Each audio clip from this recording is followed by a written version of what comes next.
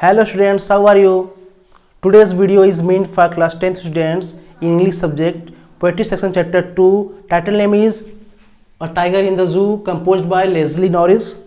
So in this video I am going to give an explanation of the poem with the central idea also. So do watch this video at the last and don't forget to subscribe also. So let's begin with the central idea of the poem. In A Tiger in the Zoo, the poet describes the mental state of the tiger, and also there is a comparison between the life of the tiger in the cage and in the wild state, that's its natural habitat. So by this poem the poet gives a strong message that the wild animals should be given freedom and their freedom should be not snatched by capture them in the cages or in the zoos.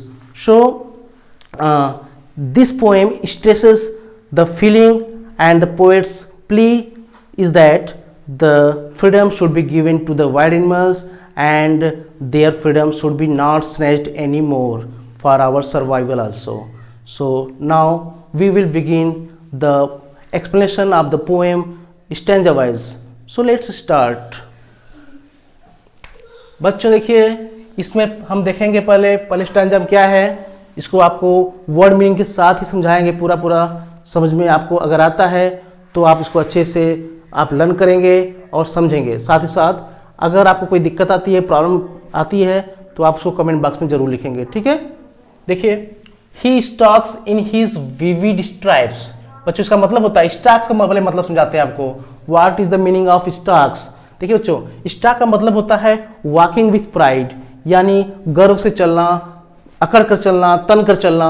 तो यहाँ बता रहे हैं कि जो tiger है जो cage में बंद है, उस चीते की कहानी है जो पिंजरे में बंद है, और वह कैसे चलता है। He stalks in his vivid stripes. Vivid का मतलब होता है क्लियर, स्पष्ट, और स्ट्राइप्स क्या होता है? स्ट्राइप्स मीन्स पट्टियां होती हैं, जो धारियां बनी होती हैं टाइगर के ऊपर, उसके बॉडी के ऊपर। तो यहाँ बताया जा रहा है कि जो टाइगर है वह अपने स्पष्ट पट्टियों में अकड़ कर चलता है। The few steps of his cage.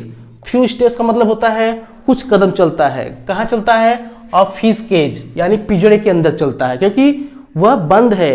He is closed behind the bars in the cage. तो वह पिंजरे के पीछे है, जो कि कुछ कदम चलता है लेकिन तन कर चलता है, अकड़ कर चलता है। On pads of velvet quite. Pads क्या है यहाँ पर?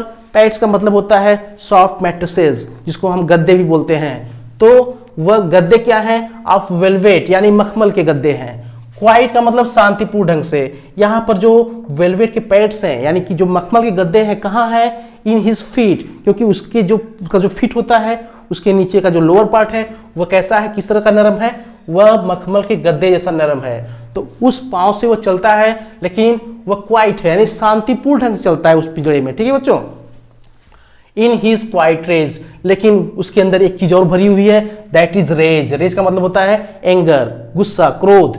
तो उसके अंदर क्रोध है, but it is silent, it is so quite, शांत है। उसका क्रोध भी शांत है, क्योंकि वो कुछ कर नहीं पाएगा, वह चाहकर भी कुछ नहीं कर सकता, क्योंकि वह बंद है पिंजरे में। So that when the tiger wants to come out with the bars, he is not able to come out because he is closed in that.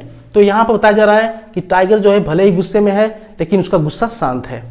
आगे देखते हैं सेकेंड पैराग्राफ, यानी सेकेंड स्टैंजा में चलते हैं बच्चों, ध्यान से देखिएगा। He should be lurking in shadow। तो यहाँ पर पोएट कहता है कि जो टाइगर है वह तो बंद है, लेकिन उसको कहाँ होना चाहिए? टाइगर जो है वो बंद तो है, लेकिन उसका स्थान, उसका प्लेस क्या होना चाहिए, ये हम आपको इस स्टैंजा में बताएंगे बच्चों। देखिएगा, he should be lurking. Lurking का मतलब होता है छिपना, हाइड होना, यानी स्टेइंग, हाइडिंग, उसको छिपना चाहिए। ही शुड बी लर्किंग, छिपना चाहिए। कहाँ? इन शैडो, यानी कि छाया में। झुंड, यानी कि जो पेड़ों के झुंड होते हैं उसके अंदर छिपना चाहिए। जहां भी छाया हो उसके अंदर उसको छिपना चाहिए, ताकि कोई उसको देख न सके। Sliding through long grass. Sliding का मतलब क्या होता है? फिसलना, यानी वॉकिंग विथ ईज, उसको फिसलते हुए रहना चाहिए। थ्रू थ्रू लॉन्ग ग्रास, मतलब ऊंचे ऊंचे जो घास हैं उनके पीछे उसको फिसलते हुए धीरे स्लोली मतलब धीमे धीमे बढ़ना चाहिए। Near the water hole, near the मतलब जहाँ पर, नियर मतलब पास में, द वाटर होल का मतलब जहाँ पर पानी के स्रोत हो। यहाँ वाटर होल का मतलब होता है जहाँ पानी का स्रोत हो वहाँ पर उसको रहना चाहिए, वहाँ पर उसको छिप कर रहना चाहिए। And where plump deer pass, plum का मतलब बच्चों क्या होता है? प्लम का मतलब होता है फैट एंड फ्लेशी, यानी मोटे ताजे जो डियर है, डियर मतलब हिरन, यानी जहाँ से मोटे ताजे हिरन पास मतलब गुजरते हों, यानी पानी का स्रोत जहाँ पर होगा निश्चय ही वहाँ पर पानी पीने के लिए हिरनों का झुंड आएगा। और वो हिरन कैसे होंगे? वो हिरन होंगे मोटे और ताजे। तो ऐसे हिरनों के झुंड के पास या ऐसे पानी के स्रोत के पास उसको छिप कर बैठना चाहिए जहाँ पर ये हिरन आते हों और उनका शरीर काफ़ी स्वस्थ हो ताकि वह उनका शिकार कर सके। अब चलते हैं थर्ड पैसेज में। तो इसमें देखिए बच्चों, ध्यान से देखिएगा, he should be snarling around houses. He should be snarling का मतलब, स्नार्लिंग का मतलब क्या होता है? देखिए स्नार्लिंग, अगर यहाँ पर जो पोएट है he describes about the tiger, कहता है कि पोएट कहता है कि जो टाइगर है, अगर मान लीजिए he is not succeeded in the hunt of the deer, यदि वह जो है अपना शिकार नहीं कर पाता है, हिरन का शिकार नहीं कर पाता है, तो क्या करेगा? He should be snarling around houses. तो वह क्या करेगा? स्नार्लिंग का मतलब होता है ग्रोलिंग करना, यानी कि गुर्राना, गुर्राहट की आवाज निकालना। तो क्या करेगा? गुर्राएगा अराउंड द हाउसेज, घरों के आसपास। देखिए इसमें इस पोएम के माध्यम से यह भी बताया गया है कि अगर जंगलों का सफाया हो गया, अगर मान लीजिए जंगल यहाँ पर डिस्ट्रॉय हो जाते हैं, फॉरेस्ट डिस्ट्रॉय हो जाते हैं, इन पशुओं का, जो हिंसक पशु हैं, वाइल्ड एनिमल्स हैं, इनका जो नेचुरल हैबिटेट है, जिनको इनका प्राकृतिक ठिकाना है, दैट्स द फॉरेस्ट, अगर वह नष्ट हो गया तो ये जो वाइल्ड एनिमल्स हैं ना, कहाँ आ जाएंगे? जहाँ पर मानव बस्तियाँ होंगी, क्योंकि ये वहाँ पहुँचेंगे तो वहाँ पर हार्म करेंगे, लोगों को नुकसान पहुँचाएंगे। ठीक है, तो अब इनका जो नेचुरल हैबिटेट नहीं रहेगा तो ये आ जाएंगे कहाँ पर? अराउंड हाउसेस, घरों के आसपास आ जाएंगे और वहाँ पर स्नाल करेंगे, यानी कि ग्रोलिंग करेंगे, गुर्राएंगे, गुर्राहट की आवाज़ निकालेंगे। साथ साथ एट द जंगल्स एज, एक घर कहाँ पर होंगे? Jungles as. एज मीन्स होता है मार्जिन। क्या होता है? मार्जिन, किनारे पर, यानी कि जंगल के किनारों पर ही गांव बसे होंगे, घर होंगे, तो वहां पर ये टाइगर्स आएंगे। Bearing his white fangs, bearing का मतलब शो करेंगे, ठीक है, उसको दिखाएंगे। क्या दिखाएंगे? अपने वाइट फैंग्स को। फैंग्स का मतलब टीथ होता है बच्चों, फैंग्स मीन्स टीथ, अपने दांतों को। लेकिन उनके दांत कैसे बताए गए हैं? सफेद दांत। तो अपने सफेद दांतों को दिखाएंगे। हिज क्लॉज, अपने पंजों को भी दिखाएंगे। Their nails also be shown in this by that, जब वे गांव के आसपास आएंगे, मंडराएंगे, तो अपने डराने के लिए क्या करेंगे? दांतों को दिखाएंगे, अपने पंजों को दिखाएंगे। टेरराइजिंग द विलेज, और इस तरह से वे क्या करेंगे? फ्राइटेन करेंगे। टेरराइजिंग का मतलब क्या होता है? फ्राइटेन करना। तो फ्राइटेन कर देंगे, भयभीत कर देंगे, डरा देंगे। किसको? द विलेज, पूरे गांव को डरा देंगे।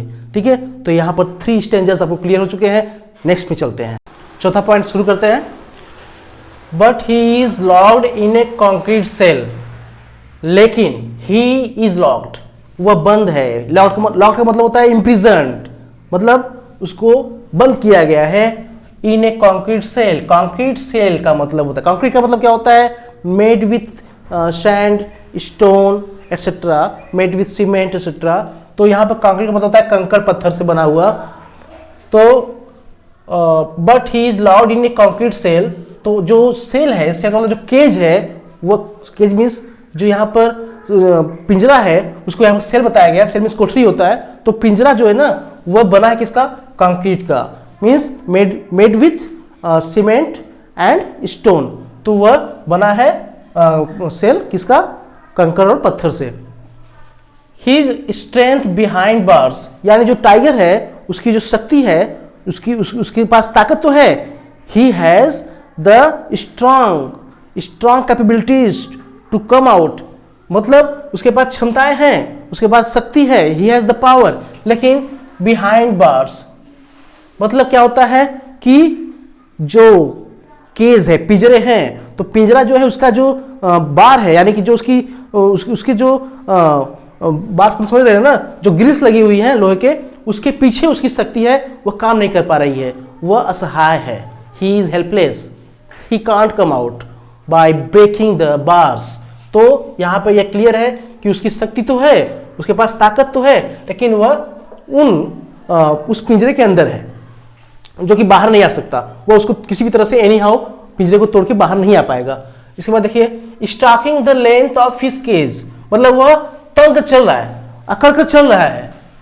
The length of his cage मतलब जितना स्पेस है, लेंथ का मतलब स्पेस, ऑफ हिज केज उसके पिंजरे के अंदर जितना भी जगह है उतनी जगह में वह अकड़ कर चल रहा है। He is walking with pride, वह बहुत गर्व से चल रहा है कि मेरे अंदर अभी है, ताकत शेष है, भले ही मैं असहाय हूं, भले ही बाहर नहीं आ सकता, लेकिन मेरे अंदर का जो ताकत है वह मुझे नीचे नहीं दिखा सकता। ठीक है, तो वो अपनी ताकत को दिखाने का एक बहाना सा करता है। फिर देखिए इग्नोरिंग विजिटर्स, यानी वह न जो वहां पर आगंतुक हैं, जो उसको देखने के लिए वहां पर जमे हुए हैं, उनको इग्नोर करता है। इग्नोर का मतलब निग्लेक्ट कर रहा है। He is not caring towards them, उनकी तरफ ध्यान नहीं दे रहा है। ठीक है, तो यह फोर्थ स्टेंजा का क्लियर मीनिंग आपको पता हो गया होगा बच्चों। नेक्स्ट फिफ्थ स्टेंजा में चलते हैं। देखिए फिफ्थ स्टेंजा होता है, शुरू होता है यहां से, he hears the last voice at night. He hears, वह सुनता है या उसको सुनाई पड़ता है, द लास्ट, अंतिम वॉइस मीन्स आवाज, उसको अंतिम आवाज सुनाई पड़ती है। कब की? एट नाइट, रात में। और वह आवाज किसकी है ये आप जानेंगे। द पेट्रोलिंग कार्स, पेट्रोलिंग का मतलब गश्त लगाने वाले, ऑन विजिल जो गश्त लगाते हैं, पेट्रोलिंग कार्स, उसको ध्वनि सुनाई पड़ती है, लेकिन वह ध्वनि उसके लिए आखिरी होती है। तो ये पेट्रोलिंग कार्स की ध्वनि है जो उसको अंत में सुनाई पड़ती है रात के समय में। And stairs with his brilliant eyes, stairs का मतलब होता है गेज करना, यानी कि लुक्स इंटेंटली, बहुत ध्यान से देखता है। With his brilliant eyes, brilliant means shining, चमकीली आंखों से वह देखता है। किसकी तरफ?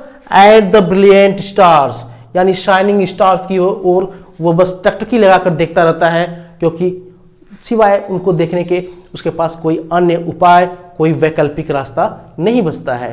तो this is the full explanation of the poem. I suppose, I hope that you will have understood it well. So take care.